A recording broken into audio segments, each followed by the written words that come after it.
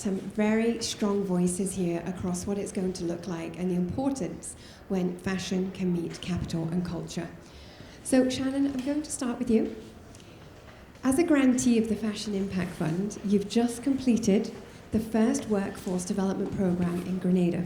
Congratulations. What lessons did you take away about linking fashion education with real employment opportunities in emerging markets? Absolutely. Firstly, it's such an honor to be a grantee of the Fashion Impact Fund. It's been really world-changing for lots of young women on the island of Grenada, so thank you. And there were so many lessons. I'll try to keep it down to just a couple, but a lot of it has to do with culture. I would say that I primarily work in the dominating north, so in the US and Europe, and so actually going back and working in Grenada, where my family heritage lies, was a huge culture shock. And a lot of that had to do with the technology divide that people experience. And so one of the first things we did with the Fashion Impact funds was provide some technology. And so it was interesting to even just give these women iPads and see how they interacted with this technology, learning how to use new apps. And they're Gen Z, Gen Alpha, but there's still such a huge technology divide. So that was one of the biggest lessons, was that we have to keep providing access to technology for them. And otherwise, there's a lot of lessons in just communication. You know, everyone prefers WhatsApp as opposed to email, and I'm like, okay, we'll do that. And then also value. I learned that we had to sort of convince people of the value of fashion and design on the island, and that it was really helpful to have the support of the Fashion Impact Fund and the United Nations Fashion Lifestyle Network in particular, because partnerships came in really handy. So we had the opportunity to partner with like Swarovski crystals, for example, and they donated all these crystals that these women now had access to apply to their garments and elevate them. So we learned that partnerships were super valuable, and then we have to keep closing that technology divide as well. Wonderful, thank you for that. Jahnavi, you emphasize building purposeful circular economies that unlock economic returns for family offices and foundations. How can these durable systems reshape how capital is deployed for long-term social and cultural impact? I know I brought this question upon myself after our conversation last time. Allow me to take a few steps back and come at this from a very different angle or perspective. What do we humans do? We reason and we rationalize. And we do that from, I guess, from the, from infancy stage of our lives, right? Everything, even as a child, you reason yourself into a situation, you reason yourself to want something, need something, and then you rationalize it into norm, right? And I think when we talk about creating circular economies, when we talk about circular economies and creating, acknowledging the interlinkages between social and financial returns, by preserving the cultural heritage, even if it is heritage reimagined for the modern day. What has happened is that we've reasoned ourselves into a world of our own making. And that world has forgotten all the arts, crafts, specialty sectors, the cultural context of why, of how those people in the earlier centuries flourished. How they made a living. And today they're actually even more, I would say, purposeful in a sense, because yes, we rationalized ourselves into a norm of modern day adaptation, but having forgotten the artisanal side, the cultural preservation side of practices, philosophies, frameworks, and even the way organizations structure themselves.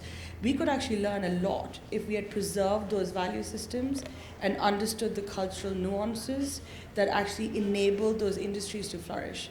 I would just like to complete this response with a small example. I may get some of the names and figures wrong here. So in Germany, they have these special there's a special name for it, but they basically have specialized in industry sectors, which are so minutely focused or tightly focused in just one kind of production, which is truly cultural, which is a cultural anchoring point of that community itself.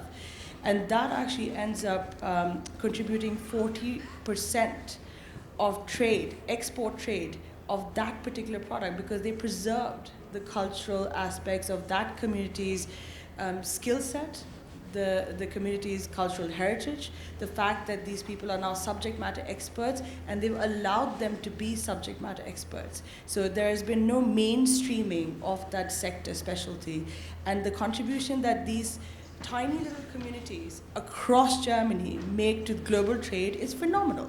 And so circular economies can be built based on social enterprise, or by way of just making sure that finance and culture are, aligned. Thank you for that. And Italy is known for the same.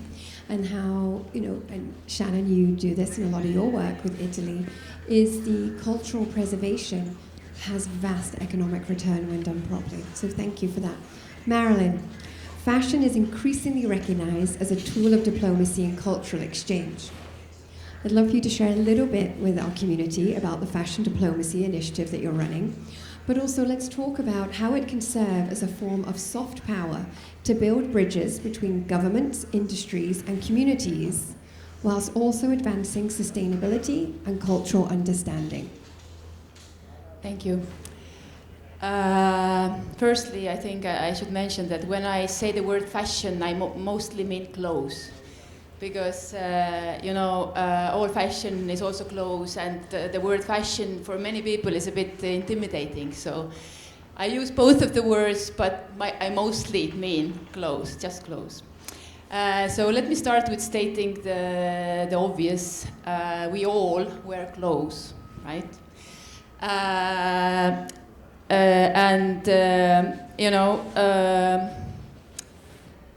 We all have also probably at least one personal story to share when it comes to a certain piece of clothing, maybe something that your grandma, you inherited from your grandma, or maybe something that you bought for a special occasion that made you feel so good that, it somehow changed your life after that.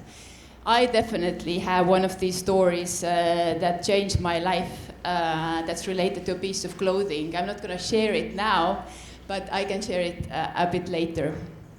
Anyhow, so the fact that all people have stories with fashion or clothes obviously means that fashion is not superficial as it's thought to have. Fashion is all actually very personal, very, very deep and very human, because we all wear clothes. It's not something that is very far from neither of us. It's very close to all of us. And that is exactly why it's a very good connector of people, a very good connector of communities, of countries, and different cultures. Because in the end, this is what we need to do. We need to connect as humans, right? Because as one of the previous panelists said, we are here for each other. We need to recognize that we are here for each other, and we need to connect. We need to understand that while we are all very different, we come from different cultures and countries, different backgrounds, etc. We are all very much also the same, We are all humans. We all have the same basic needs, right? The same basic needs for love. And, in a way, get dressed in the morning is very basic need for all of us, right? So I kind of... fashion matters, clothes matter, and this is what I want to basically say. And this is why fashion is a very good tool for diplomacy, to start these different discussions. To kind of to connect people better, right? Because I think diplomacy lacks this. Why I know this is that my husband happens to be the ambassador, and I have experienced this firsthand. And also, obviously, fashion also needs diplomacy, because there are certain things we need to talk about on a very, very big scale. because climate change is indeed happening. It's here now, and fashion industry is one of the big contributors to this climate change. That is also why we need to take action. And obviously, to need to take action, you need partners, you need partnerships, you need collaborations, you need communities and countries to come together. And for this, obviously, diplomacy is the best tool. What should I share something about fashion diplomacy specifically? No, I think this is a great point. They come hand in hand. Fashion is a very powerful tool, especially as we know at diplomatic tables, convenings, and environments, to talk about the vast contribution it also makes to the economy. And it also is one of the very few sectors that actually touches on all 17 of the Sustainable Development Goals, which we can come back to in a bit. Now, this is actually a question for all of you to answer. When we speak of fashioning impact, where do you see the most meaningful convergence between culture and capital? Shannen? I think I liked this question because I think culture is capital, right? Here we're sort of separating them, but culture is capital. And we see that a lot with fashion brands in general. They capitalize on different cultures, right? You see a beautiful trim and you apply it to your work, but it's not always true to the brand's heritage or values. And so I think this is all about putting the power to capitalize on culture in the hands of artisans. And I think that's a lot of what we're trying to do at CSFDG is shifting that power. As if we give you the resources, you are able to now showcase your culture and capitalize on it in a way that's valuable to the local community and the economy, because a lot of the time it's other brands outside of the local heritage capitalizing on that culture. And then additionally, a lot of the work we do with hotels, as you know, Kerry, which is pushing locally made brands and heritage brands into the hotel boutiques on the island of Grenada and hopefully just the Caribbean islands in general. And just this past August, we had the opportunity to collaborate with the highest luxury hotel on the island. And it took a lot of convincing at first to say, hey, there are these beautiful things, they're locally made, and they can meet the quality standards of what you'd normally import. So that was a way of putting the power in the hands of locals, while curation was really important, how we display things and who has access and the types of engagements that we organize was important.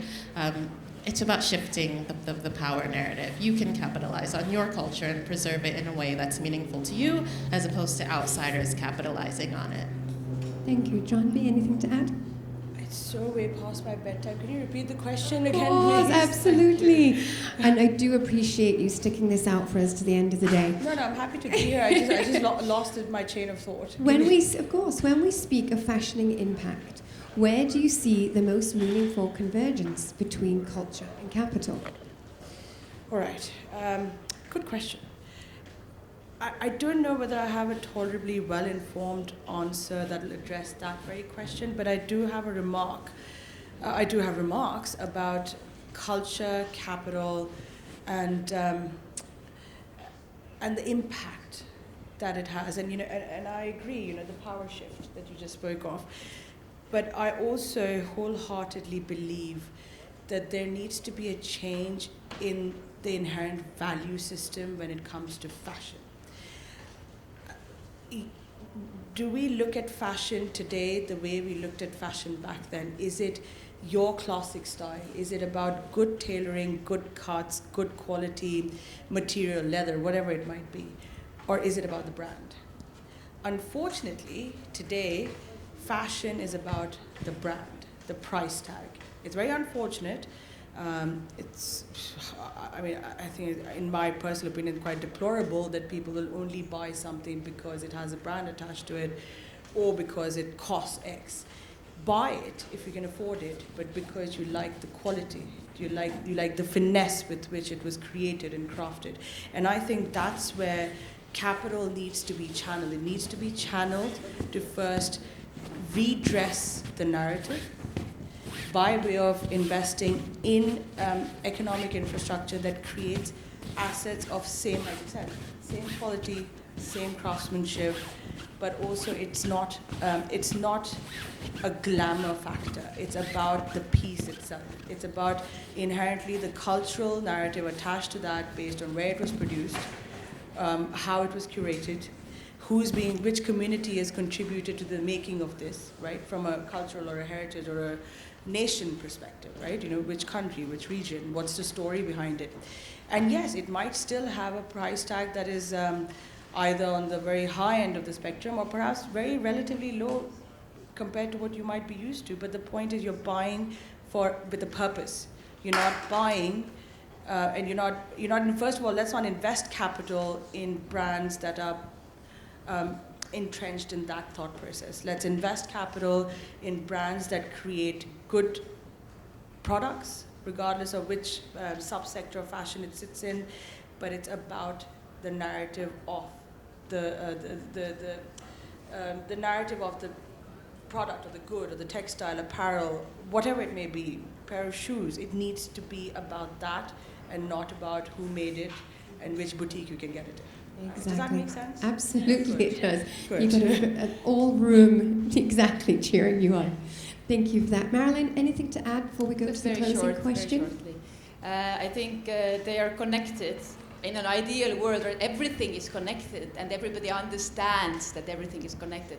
So in a way, like culture gives the meaning and capital gives the means, right? So that's how it should be. And I think the fashion diplomacy is a very good example of this, actually, of both of these different words have to work together to arrive to the same aim of humanity, right? Let's exist for a longer time. Let's be good to the planet, right?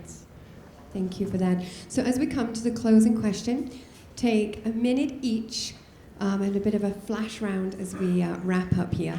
Looking ahead, what one structural change, whether finance, culture, education or retail, would you each prioritize to accelerate sustainable fashion ecosystems? From an educational perspective, like I said earlier, it needs to be education based on vocational skill upliftment, specialist training and practices being imparted as part of the curriculum. And that then ties in back to what I said earlier, also education on value systems. Why are you learning to make X, right? Why does your interest lie in it? Is it because it's a cultural imperative or it's pertinent to your cultural, heritage? Or is it because it's about fashion, but fashion in a meaningful way?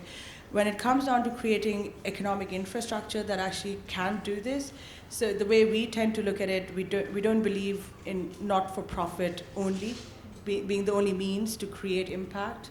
Our preference is that if we invest in an asset, we try and first map the cultural preservation. We have meaningful dialogue with the local communities. And it doesn't always just, it's not about craftsmanship always. It could be cultural preservation of that particular region, that area, their way of thinking, their ideologies, and what makes them who they are. And investing along with your investment, decision-making process, keeping room for communal vitality and development by investing in that. Thank you very much. Shannen? For education, I think one of the key vulnerabilities for small island developing states is their lack of access to resources and also the geographic separation from other places.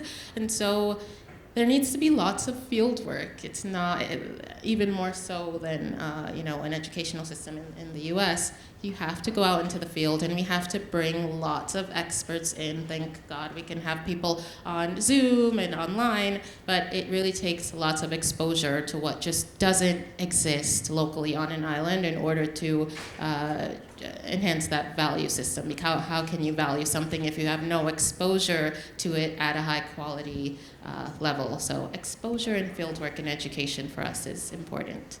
Thank you. Marilin? So, good thing that a few days ago I had a dinner in my house and then the exact topic was discussed. One of the dinner guests was a designer, and we started to discuss, so like in realistically, what should we actually do to kind of make fashion sustainable, right? Because realistically, what is realistically happening is this. When you go to a street and ask people, like 100 people, the question, do you want to buy sustainable fashion? Or like, do you aim to buy sustainable fashion? Do you think it's important? Then 90% of these people would say yes. But the reality of the situation is that most of these people will still go and, buy fast fashion, order from Shein or wherever in different places, right? So it's not really happening. So they know the importance of it, but they're not delivering on what they kind of, say they believe in, right? So the thing is, definitely, it has to be education, but it has to be done somehow differently. So the message has to arrive to people personally, in a personal way, so you make it so personal that it's personal, right? Because in the end, everything is personal. So instead of, for example, saying that, fast fashion is bad for the environment, you should say, maybe educate, like teenagers, for example, saying, polyester is bad for your skin, right? Because this is so true. And, when a teenager knows that polyester is so bad for the skin, it might, kill her earlier, actually, because, it's scientifically proven. It's so much easier to get this message through. And obviously, we have to kind of find the main customers of the fashion brands will be the Generation C or the teenagers now, right? So you have to start educating them, like now. It's too late already, but, you have to reach them where they are, and where they are, we all know the answer, they are in TikTok, right? So you need to have this big media scale, like campaigns, for example, in TikTok with very clear, easy messages that are personal for the teenagers. Because the fact that, fast fashion is bad is not enough serious for them to actually change the behavior. So changing the consumer behavior is the priority here, and the message has to be personal, clear, and short. Digestible. Thank you very much. Please, everyone, give a big round of applause to our panelists. Thank you.